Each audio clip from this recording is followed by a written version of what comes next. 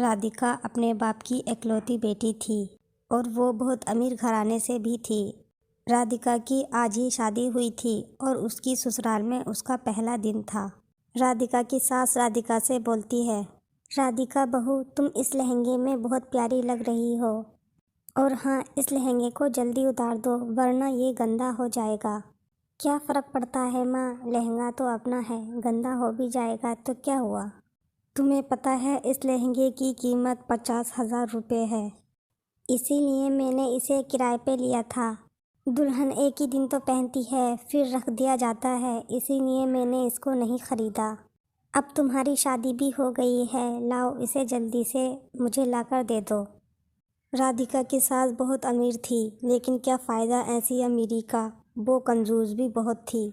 राधिका की ससुराल में हर वो चीज़ थी जिसकी घर में ज़रूरत होती है, जैसे पंखा, cooler, washing machine, fridge, gas चूल्हा, सब कुछ तो था उसकी ससुराल में, लेकिन चलता कुछ भी नहीं था, सिर्फ दिखावा था। राधिका ये सब चीज़ देख रही थी, तभी उसकी जिठानी आ जाती है और बोलती है, राधिका तुम क्या देख रही हो? हमारे घर में हर वो चीज़ है जिसकी आपको ज़रूरत है। लेकिन क्या दीदी, बोलो, तुम चुप क्यों हो गई? बस राधिका, कुछ भी नहीं, बस मैं सोच रही थी तुम्हें मैं कैसे बताऊं कि घर में हर चीज़ तो है लेकिन वो इस्तेमाल नहीं होती। हमारे घर में गैस चूल्हा है लेकिन इस पे कभी खाना नहीं बनता। हमारे घर में कूलर और पंखे भी हैं पर ये कभी नहीं चलते। सब लोग आज भी बाहर बरामदे में चटाई बिछाकर सोते हैं। ये सब चीज़ें सिर्फ दिखाने के लिए हैं। राधिका अपनी जिठानी की सारी बातें चुपचाप होकर सुन रही थी। तभी राधिका की सास राधिका को आवाज़ देती है, राधिका बहू, किचन में साग रखा है, उसे बाहर चूल्हे पर गर्म कर लाओ। हमारे यहाँ सुबह को नाश्ता नहीं बल्कि खाना बनता है। हम सब लोग वही खाना शाम तक खाते हैं।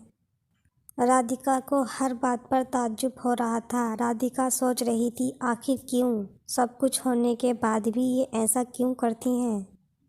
राधिका करती भी क्या, जैसे उसकी सास कहती थी वो वैसा ही करती थी। राधिका को उस घर में सांस लेना भी बहुत मुश्किल हो रहा था। एक जोड़ी कपड़े पहनकर एक हफ्ते तक रहना और सुबह शाम बासी खाना खाना, ये सब देखकर राधिका को बुखार आ जाता है। रोहन ऑफिस से आकर देखता है राधिका बहुत तेज़ बुखार में पड़ी होती है। राधिका को इतनी तेज़ बुखार, ऊपर से इतनी तेज़ गर्मी भी हो रही थी। राधिका, तुम्हें तो बहुत तेज़ बुखार है, चलो मैं तुम्हें दवाई दिला लाता हूँ। सॉरी राधिका, मैं क्या कर सकता हूँ, इस घर में माँ की चलती है। पैसे तो हम कमाते हैं लेकिन हमारी चलती नहीं, हम चाहकर भी पंखा नहीं चला सकते। रोहन राधिका को बुखार देखकर गुस्से में आ जाता है और अपनी माँ के पास जाता है। माँ, राधिका को बहुत तेज़ बुखार है, मैं दवाई दिलाने जा रहा हूँ। अरे नहीं बेटा, दवाई की क्या ज़रूरत है, वही काढ़ा पिला दो जो हम पीते हैं, 1-2 दिन में उसका बुखार ठीक हो जाएगा, तू इतनी टेंशन मत ले। नहीं माँ, आज मैं तुमसे पूछ कर ही रहूँगा, आखिर क्यों तुम इतनी कंजूसी दिखाती हो। हमारे घर में हर वो चीज़ है जिसकी हमें ज़रूरत है लेकिन हम उसे इस्तेमाल नहीं कर सकते। और राधिका की तबीयत भी इसी वजह से ख़राब हुई है, वो बासी खाना खा खा कर थक गई है। माँ, कुछ दिनों तक ऐसा ही चलता रहा तो हम एक एक करके सब बीमार हो जाएंगे। और आज मैंने फ़ैसला कर लिया है, या तो तुम अपनी आज कंजूसी छोड़ दोगी या फिर हम इस घर से जा रहे हैं। ये आलीशान बंगला और ये दिखावा तुम्हें मुबारक। रोहन राधिका को लेकर घर से जाने ही वाला था, तभी रोहन का बड़ा भाई राज और उसकी भाभी भी आ जाते हैं। रुको रोहन, हमें भी इस घर में नहीं रहना, हम भी तुम्हारे साथ चलेंगे।